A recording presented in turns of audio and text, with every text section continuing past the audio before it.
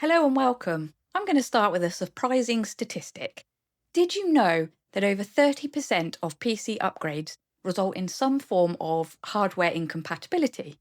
Have you ever tried to install a high-end GPU only to realise that your power supply couldn't handle it and everything went dark? Don't panic, you're not alone. Today, I'm going to dive into some PC upgrade fails, including one that nearly set my rig on fire so that you don't have to repeat them. Ah, yes, that sweet smell of burnt silicon. If you've ever tried to upgrade your PC but somehow made things worse, stick around, this video is for you. So I'm going to break down some upgrade disasters and some of the brutal lessons I learned along the way. So, upgrading your PC should be simple, right? Swap out a GPU, plug in some RAM, and maybe slip in a new cooler. But here's what actually happens to the majority of people. One of the main ones is compatibility issues. Have you ever bought a CPU that doesn't fit into the motherboard socket? Ah yes, been there, done that. The next is hidden costs. Upgraded to DDR5 RAM? Oh wait, now I need a new motherboard. Mine only supports DDR4. Cooling chaos. You've bought a shiny new GPU and it fits in the case. But wait, it's now running like a toaster because there's no airflow.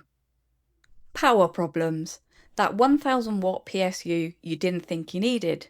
After a bit of thought, yeah, got a shiny new power hungry GPU. Wish I hadn't gone with that 750 now. That was, that was quite a bad idea. BIOS and driver hell. The motherboard works. But that was only after 4 hours of flashing and a lot of praying. Okay, so I think you get the idea. The problem isn't necessarily upgrading, it's upgrading without a clear plan. And that can result in not only spending a lot of money, but probably most importantly, your sanity. So now I'm going to hit you with some real world PC fails.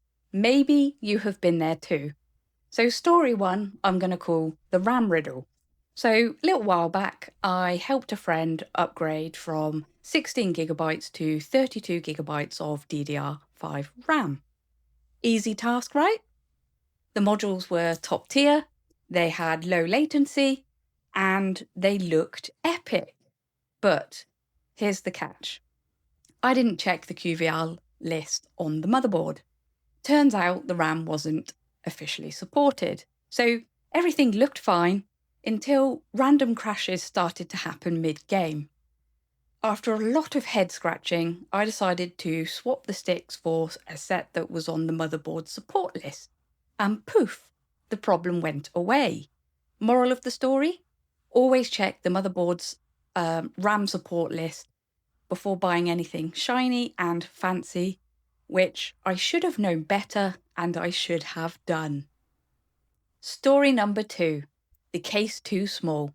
So a customer of mine ordered a very beefy RTX 4090, only to realise shortly after receiving it that it literally wouldn't fit in his case, his mid-tower case, should I say. Now, to be clear, I did provide the dimensions up front. His solution to this problem was to grab a Dremel and cut the hard drive cage out of the chassis to make room. Exceedingly brutal, it did work, but I guess the moral to that story is, before dropping 1500 quid on a GPU the size of a shoebox, check your case clearance. Story number three, the cooling catastrophe.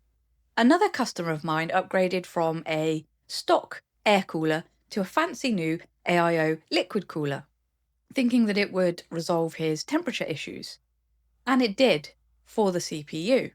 But after a few long gaming sessions, things started to go sideways. His CPU temperatures were sitting at a cool 50 to 60 Celsius, whereas his VRMs on the motherboard, they were spiking past, they were hitting 100, sometimes spiking past 100 Celsius under load. Why was this?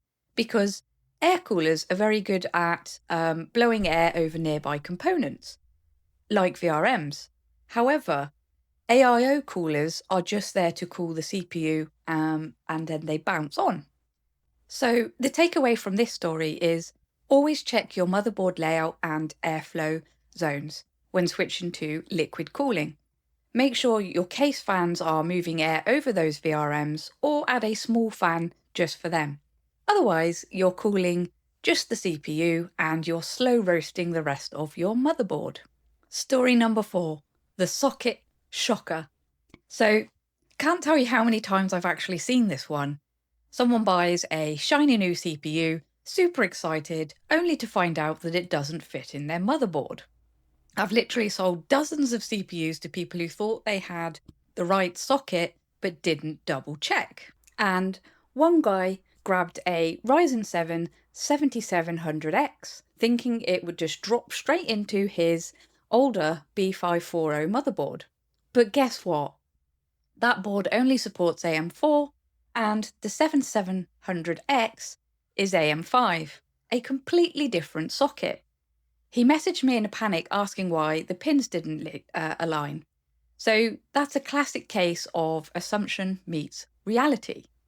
So you know what I'm going to say with this one.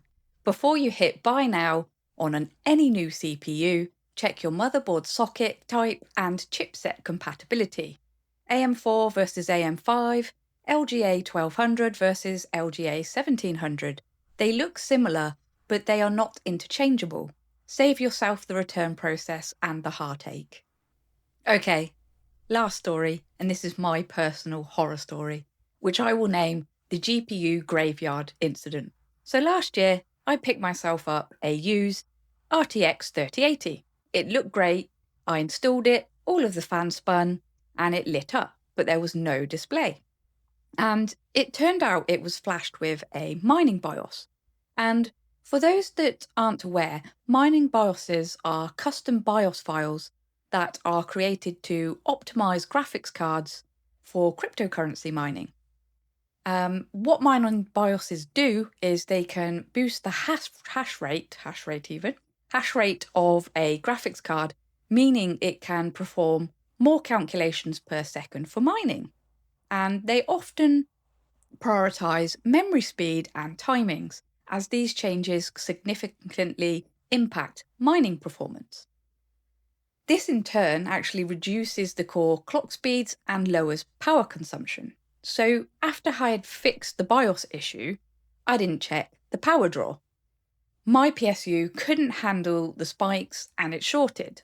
What this resulted in was a dead GPU and PSU and a near dead motherboard, all because I didn't do basic due diligence. Lesson in this one? Try to buy from a trusted source if you can. Check compatibility and don't skip the power consumption calculator. So to close the video, here's the deal. Upgrading your PC can be awesome, but if you skip things like research, it's a bit of a gamble. I've seen so many people, and that's myself included, run into avoidable problems that cost time, they cost money, and a whole lot of frustration. Double check compatibility, know your power needs, and never assume that plug and play means problem free. Essentially, I'm sharing these small lessons so that you don't have to learn them the hard or expensive way. And if you're ever not sure about a part or a build, please hit me up. Seriously, I've helped a ton of people avoid some rough upgrade mistakes, and I'm always happy to help out. Just add a comment or DM me. And so, if you've made it all the way to the end, thank you very much. I really, really appreciate you taking the time to come and hang out with me. And I'm going to leave you with a question. What is your worst upgrade? Drop it in the comments. Let's swap some war stories and maybe help someone avoid the same mistakes. And if you want more tips or build advice, check out some of my other videos. And don't forget to like and subscribe. Keep building hardware heroes. Same time, same nerd channel. Thank you very much.